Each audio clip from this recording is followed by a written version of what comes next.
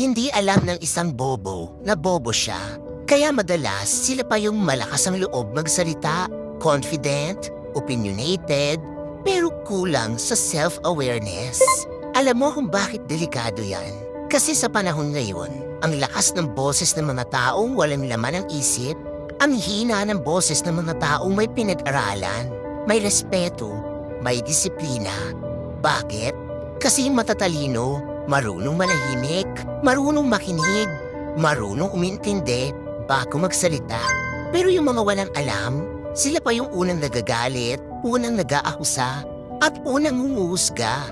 Tapos kapag pinahiya mo ng facts, sila pa yung magmamagaling o magpapanggap na tama kahit mali. Ang tawag dyan, walang self-awareness. At yan ang ugat ng maraming problema ngayon. Sa social media, sa opisina, sa gobyerno, kahit sa bahay. Ang tunay na matalino, hindi kailangan ipagyabang ang talino niya.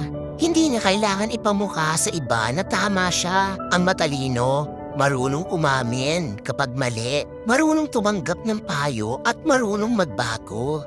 Kaya kung gusto mong malaman kung matalino ka talaga, tanungin mo muna sarili mo. Marunong ba akong makinig?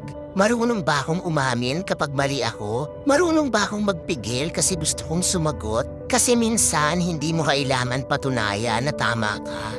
Lalo na kung kausap mo sarado ang isip, wala kang mapapala o makikipagtalo sa taong hindi marunong makinig.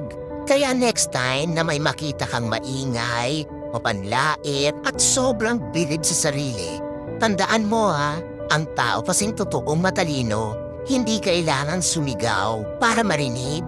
Tahimik lang yan kasi alam niya ang ingay madalas galing sa kawalan.